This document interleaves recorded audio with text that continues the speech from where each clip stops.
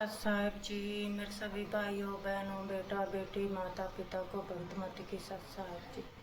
तो आज हम सुनेंगे संत रामपाल जी महाराज की एक 3D स्टोरी में देखेंगे कैसे कबीर परमात्मा को सिकंदर लोधी ने मारने के लिए कितना तोप गोले कितने जुल्म किए और कबीर परमात्मा के शरीर पर एक खरोच तक नहीं आए। तो जब कबीर परमात्मा धरती पर आए थे, खुद परमात्मा के ऊपर कुछ नकली धर्म गुरुओं ने इतने जुल्म किए। तो वही आज कल युग में संत रामपाल जी महाराज के साथ कर रहे हैं। ऐसे झूठे केस लगा लगा कर सच्चाई भक्ति सच्ची भक्ति को छिपाने की कोशिश कर रहे हैं। जैसे जैसे वो सच्चाई वाला भक्ति ज्ञान को छिपा रहे हैं, वैसे वैसे सच्चाई ज़्यादा फैल रही है। लाखों करोड़ों की गिनती में भगत सा गुरु जी के साथ मिल रहे हैं, रल रहे हैं और सच्चा भक्ति ज्ञान ले रहे हैं। तो सुनते हैं, देखते हैं 3D एडमिट स्टोरी में कबीर परमात्मा के साथ कैसे जुल्म किए सत साहिब जी।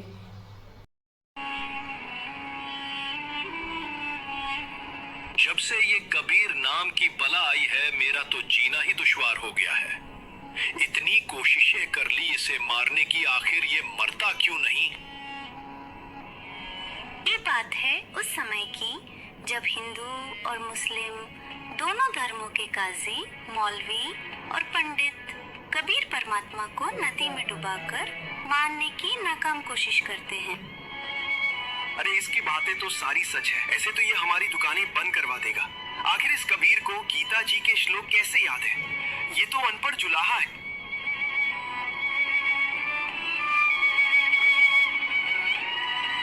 गुरुदेव, सुना है आज सम्राट सिकंदर लोधी गांव के दौरे पे आ रहे हैं। यही सही मौका है इस कबीर की शिकायत लगाने का।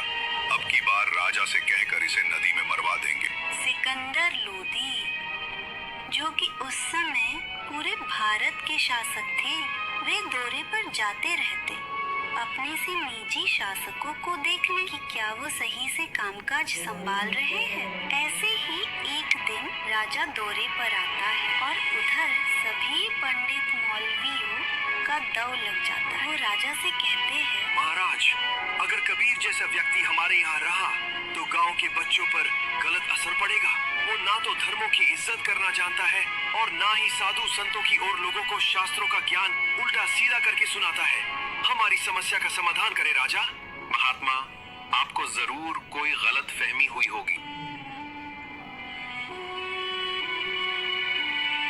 महाराज, गुरुदेव सही कह रहे हैं। उस कबीर ने सारी हदें पार कर रखी हैं। उसे तो निश्चय ही उस कबीर को नदी में डुबा देना चाहिए। उसे जीने का कोई अधिकार नहीं है महाराज।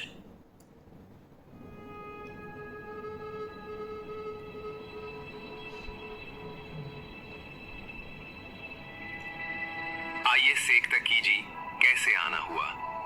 कहीं कोई चीज की कमी तो नहीं है? महाराज, आपने ये कतई सही नहीं किया। आपसे ये उम्मीद नहीं थी। आपको अपनी प्रजा की सुननी चाहिए।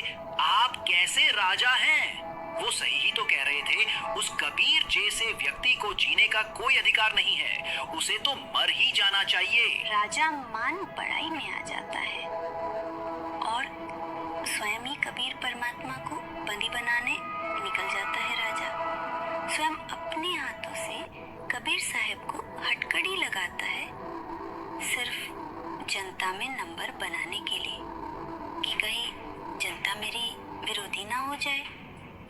कहीं जनता सोचे कि महाराज तो कबीर को सजा नहीं दे सकता, ये तो उसका चेला है। राजा स्वयं अपने हाथों से कबीर साहब को बंधक बनाता है, जो कि एक सिपाही का काम था, सिर्फ जनता में नंबर बनाने के लिए। राजा सैनिकों से कहता है कि ले जाओ इन्हें और नदी में डालाओ।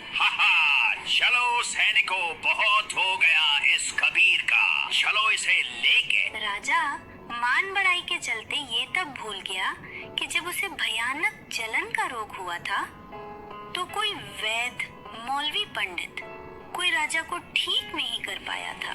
तब बस कबीर परमात्मा के आशीर्वाद मात्र से राजा का जलन का रोग ठीक हो गया था। तभी तो कहते हैं कबीर राज तजना सहज है सहज त्रिया गाने, मान बड़ाई ईर्ष्या दुर्लभ तजना ये। जैसे ही राजा सिकंदर लोधी बोलता है कि ले जाओ और इन्हें नदी में फेंकाओ, सिकंदर खुश हो जाता है और सारी कमान अपने हाथों में संभाल लेता है, क्योंकि उसकी तो मन की हो गई थी। सिकंदर सैनिकों के साथ कबीर साहब को नदी में डुबाकर मरवाने ले जाता है।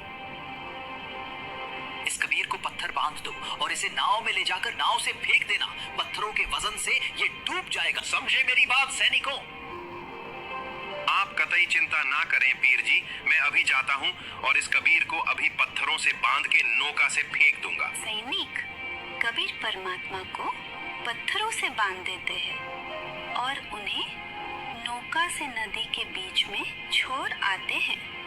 कबीर साहब को वहां छोड़ने के बाद सैनिक वहां से चले आते हैं।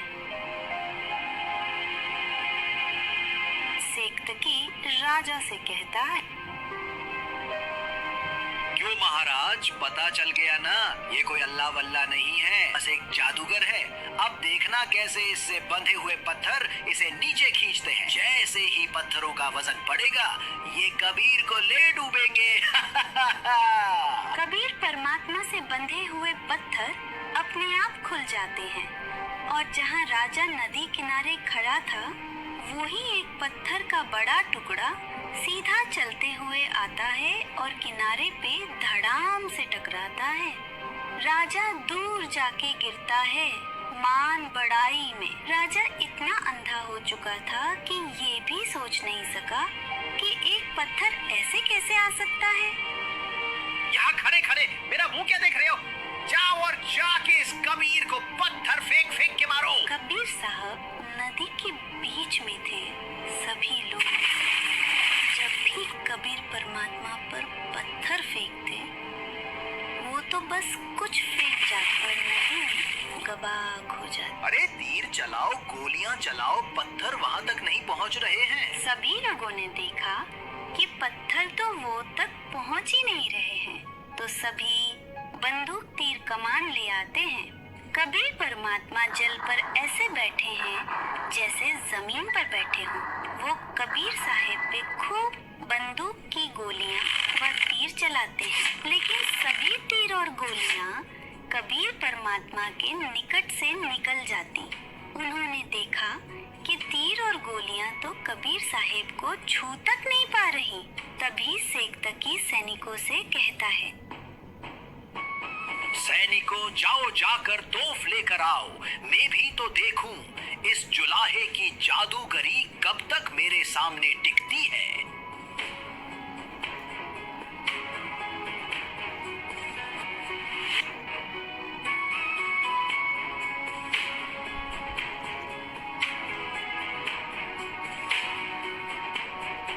जब बंदूक और तीरों से काम नहीं चला तो तोफ मंगाई जाती है। तोफ को अंदर से साफ किया जाता है, फिर उसमें सैनिक गोला डालता है और जैसे ही तोफ चलाई जाती है तो या तोफ गोले थोड़ी ही दूर जाके नदी में कबाक हो जाते या फिर काफी दूर तालाबों में जा गिरते। इसी तरह कबीर साहिब पर 4 पहर तक गोले तीर दागे जाते हैं, लेकिन कबीर परमात्मा को एक छू तक नहीं सका। सभी लोग भूखे प्यासे पूरे जोर से लगे हुए हैं कबीर साहब को मारने। अब परमात्मा तो दयालु है, उन्होंने देखा ये बेचारे थक गए होंगे, इन्हें 4 पहर हो गए हैं।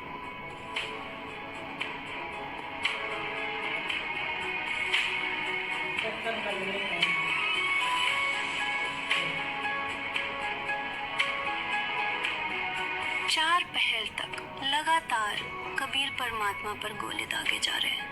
जहाँ भी गोले जाके गिरते, वहाँ के तालाब सूख गए, खड्डे हो गए जमीनों पे। कबीर परमात्मा ने सोचा कि मैं ही जल के नीचे चला जाता हूँ, जिससे इन्हें लगे कि मैं डूब गया हूँ। ये वापस घर तो भी चले जाएंगे, कुछ खा पी लेंगे।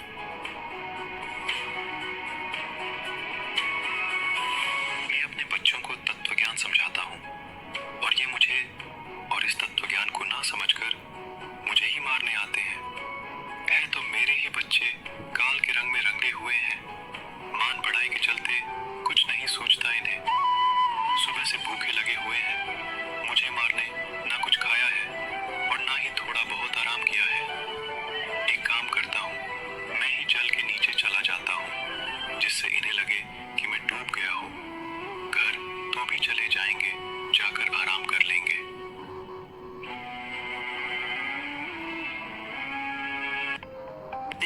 देखा देखा तुमने, वो कभी डूब गया है।